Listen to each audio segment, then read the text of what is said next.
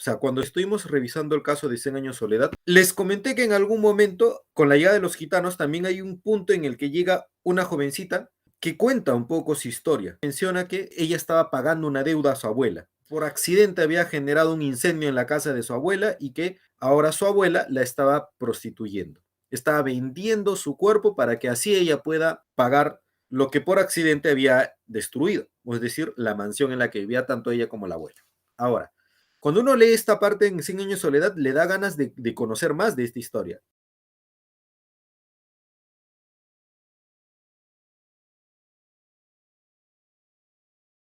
Heréndira es, para empezar, una muchacha de 14 años que vive con su abuela. Ella se queda dormida, por accidente permite que las velas que no había apagado generen un incendio y destruye esa mansión. A raíz de esto, la abuela empieza a hacerla de proxeneta. Empieza a vender por distintos lugares. O sea, ofrecer los servicios sexuales de Heréndira. Va ofreciéndola a todo el pueblo hasta que en el pueblo ya prácticamente todos los hombres habían tenido intimidad con Heréndira. La abuela decide llevarla en un camión de carga ya hacia otros pueblos y otras regiones. Ni siquiera tuvo que pagar prácticamente por ese viaje porque se entiende que le ofreció a Heréndira en algunas ocasiones al dueño de este camión para que así la puedan llevar. Y luego también la ofrece a un hombre de Correo Nacional para que éste pueda difundir la voz, ¿no? O sea, correr la voz del buen servicio que daba Heréndira.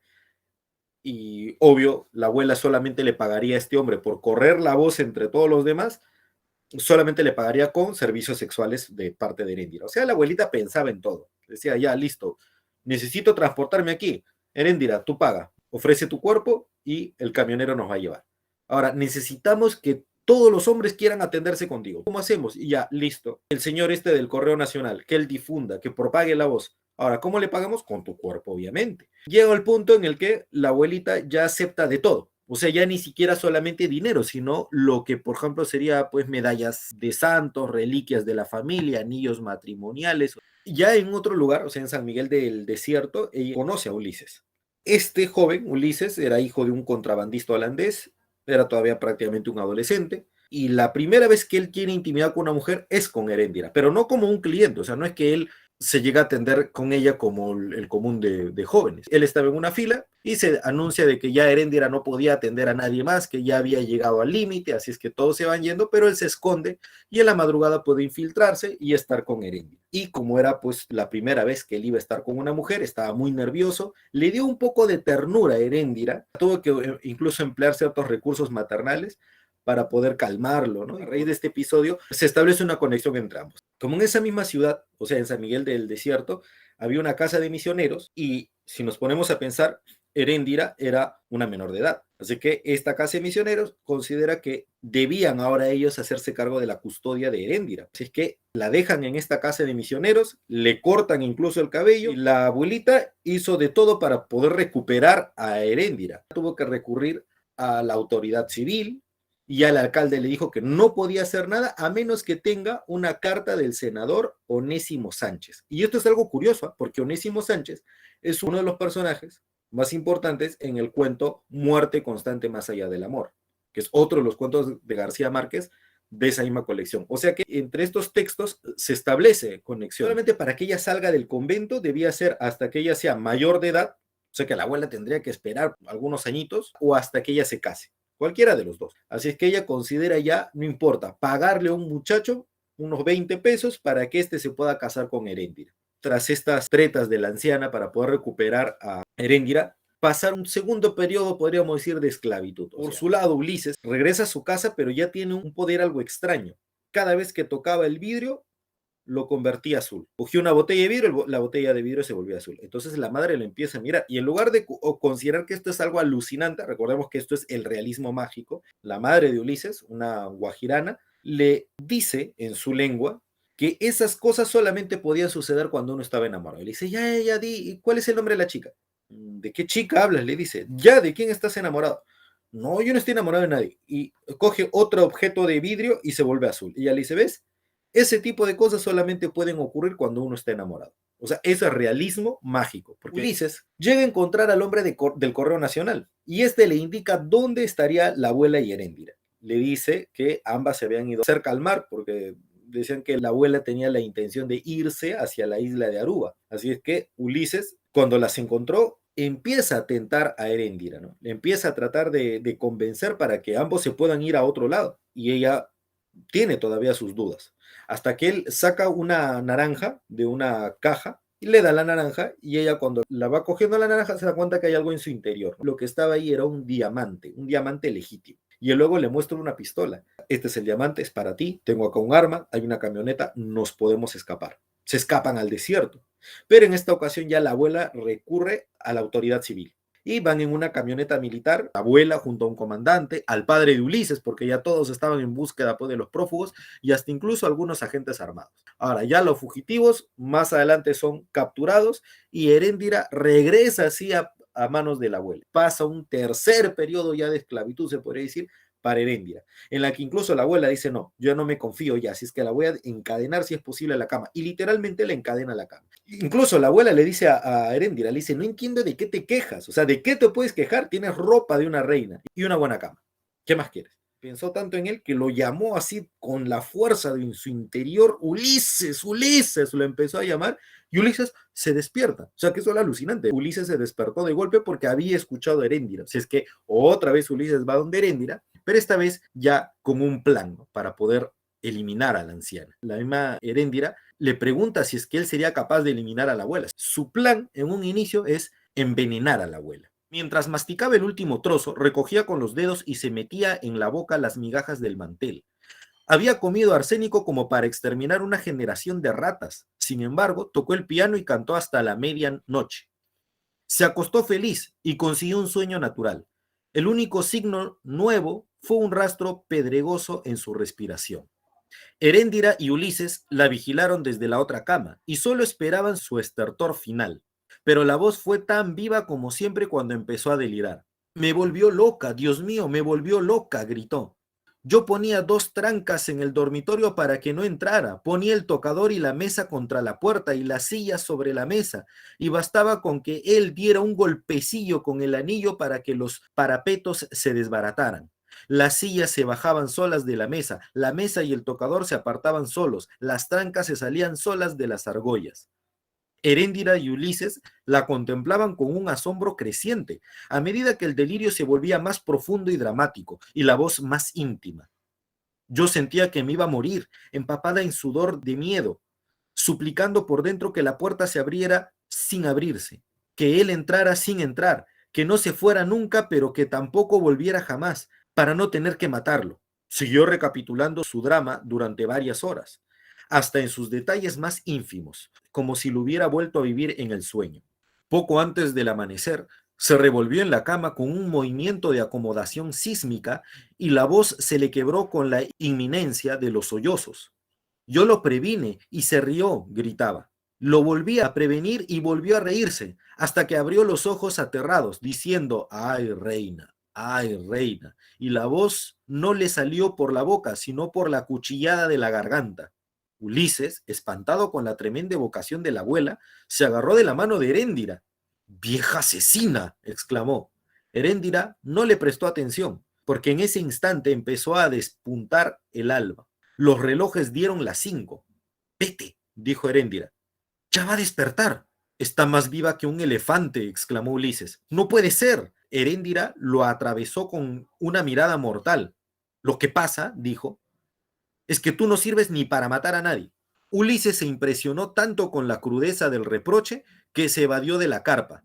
Heréndira continuó observando a la abuela dormida, con su odio secreto, con la rabia de la frustración, a medida que se alzaba el amanecer y se iba despertando el aire de los pájaros. Entonces la abuela abrió los ojos y la miró con una sonrisa plácida. Dios te salve, hija. El único cambio notable fue un principio de desorden en las normas cotidianas. Era miércoles, pero la abuela quiso ponerse un traje de domingo. Decidió que Heréndira no recibiera ningún cliente antes de las 11 y le pidió que le pintara las uñas de color granate y le hiciera un peinado de pontifical. Nunca había tenido tantas ganas de retratarme, exclamó. Heréndira empezó a peinarla, pero al pasar el peine de desenredar se quedó entre los dientes un mazo de cabellos. Se lo mostró asustada a la abuela. Ella lo examinó Trató de arrancarse otro mechón con los dedos y otro arbusto de pelo se le quedó en la mano. Lo tiró al suelo y probó otra vez. Y se arrancó un mechón más grande. Entonces empezó a arrancarse el cabello con las dos manos, muerta de risa, arrojando los puñados en el aire con un júbilo incomprensible, hasta que la cabeza le quedó como un coco pelado. Heréndira no volvió a tener noticias de Ulises hasta 2 semanas más tarde, cuando percibió fuera de la carpa el reclamo de la lechuza. La abuela había empezado a tocar el piano y estaba tan absorta en su nostalgia que no se daba cuenta de la realidad. Tenía en la cabeza una peluca de plumas radiantes. Heréndira acudió al llamado y solo entonces descubrió la mecha detonante que salía de la caja del piano y se prolongaba por entre la maleza y se perdía en la oscuridad. Corrió hacia donde estaba Ulises, se escondió junto a él entre los arbustos y ambos vieron con el corazón oprimido la llamita azul que se fue por la mecha del detonante, atravesó el espacio oscuro y penetró en la carpa. Tápate los oídos, dijo Ulises. Ambos lo hicieron sin que hiciera falta, porque no hubo explosión. La tienda se iluminó por dentro con una deflagración radiante. Estalló en silencio y desapareció en una tromba de humo de pólvora mojada. Cuando Heréndira se atrevió a entrar, creyendo que la abuela estaba muerta, la encontró con la peluca chamuscada y la camisa en piltrafas, pero más viva que nunca, tratando de sofocar el fuego con una manta. Ulises escabulló al amparo de la gritería de los indios que no sabían qué hacer, confundidos por las órdenes contradictorias de la abuela. Cuando lograron por fin dominar las llamas y disipar el humo, se encontraron con una visión de naufragio. Parece cosa del maligno, dijo la abuela. Los pianos no estallan por casualidad. Hizo toda clase de conjeturas para establecer las causas del nuevo desastre, pero las evasivas de Heréndira y su actitud impávida acabaron de confundirla. No encontró una mínima fisura en la conducta de la nieta, ni se acordó de la existencia de Ulises. Estuvo despierta hasta la madrugada, hilando suposiciones y haciendo cálculos de las pérdidas. Durmió poco y mal. A la mañana siguiente, cuando Heréndira le quitó el chaleco de las barras de oro, le encontró ampollas de fuego en los hombros y el pecho en carne viva. Con razón que dormí dando vueltas, dijo mientras Heréndira le echaba claras de huevo en las quemaduras. Y además tuvo un sueño raro. Hizo un esfuerzo de concentración para evocar la imagen hasta que la tuvo tan nítida en la memoria como en el sueño. Era un pavo real en una hamaca blanca, dijo. Heréndira se sorprendió, pero rehizo de inmediato su expresión cotidiana. Es un buen anuncio, mintió. Los pavos reales de los sueños son animales de larga vida. Dios te bendiga, dijo la abuela, pero estamos otra vez como al principio. Hay que empezar de nuevo. Heréndira no se alteró. Salió de la carpa con el platón de las compresas y dejó a la abuela con el torso embebido de claras de huevo y el cráneo embadurnado de mostaza. Estaba echando más claras de huevo en el platón, bajo el cobertizo de palmas que servía de cocina, cuando vio aparecer los ojos de Ulises por detrás del fogón como lo vio la primera vez detrás de su cama. No se sorprendió, sino que le dijo con una voz de cansancio: lo único que has conseguido es aumentarme la deuda. Los ojos de Ulises se turbaron de ansiedad. Permaneció inmóvil, mirando a Heréndira en silencio, viéndola partir los huevos con una expresión fija, de absoluto desprecio, como si él no existiera. Al cabo de un momento, los ojos se movieron, revisaron las cosas de la cocina, las ollas colgadas, las ristras de achiote, los platos, el cuchillo de destazar. Ulises se incorporó, siempre sin decir nada, y entró bajo el cobertizo y descolgó el cuchillo. Heréndira no se volvió a mirarlo, pero en el momento en que Ulises abandonaba el cobertizo, le dijo en voz muy baja: ten cuidado, que ya tuvo un aviso de la muerte. Soñó con un pavo real en una hamaca blanca. La abuela vio entrar a Ulises con el cuchillo y haciendo un supremo esfuerzo se incorporó sin ayuda del báculo y levantó los brazos. Muchacho, gritó, te volviste loco. Ulises se le saltó encima y le dio una cuchillada certera en el pecho desnudo. La abuela lanzó un gemido, se le echó encima y trató de estrangularlo con sus potentes brazos de oso. Hijo de puta, gruñó. Demasiado tarde me doy cuenta que tienes cara de ángel traidor. No pudo decir nada más porque Ulises logró liberar la mano con el cuchillo y le asestó una segunda cuchillada en el costado. La abuela soltó un gemido recóndito y abrazó con más fuerza al agresor. Ulises asestó un tercer golpe, sin piedad, y un chorro de sangre expulsada a alta presión le salpicó la cara. Era una sangre oleosa, brillante y verde, igual que la miel de menta. Heréndira apareció en la entrada con el platón en la mano y observó la lucha con una impavidez criminal.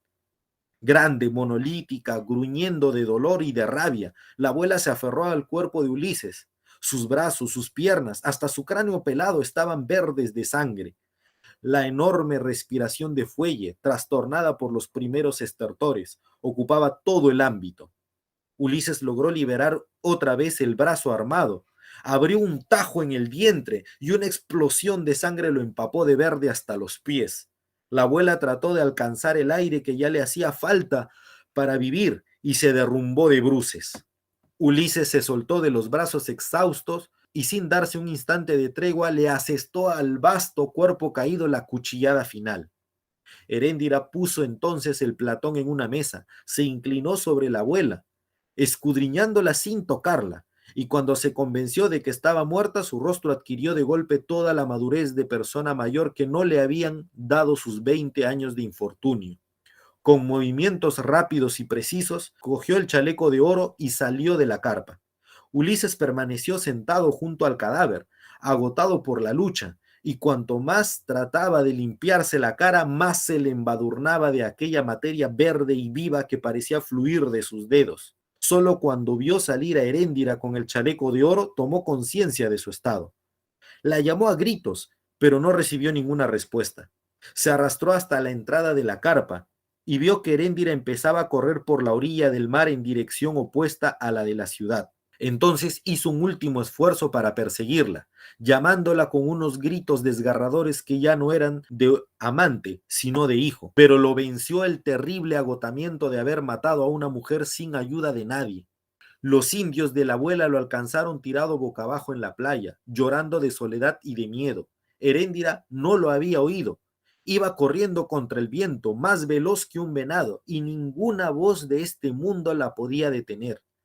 Pasó corriendo sin volver la cabeza por el vapor ardiente de los charcos de salitre, por los cráteres de talco, por el sopor de los palafitos, hasta que se acabaron las ciencias naturales del mar y empezó el desierto. Pero todavía siguió corriendo con el chaleco de oro más allá de los vientos áridos y los atardeceres de nunca acabar, y jamás se volvió a tener la menor noticia de ella, ni se encontró el vestigio más ínfimo de su desgracia.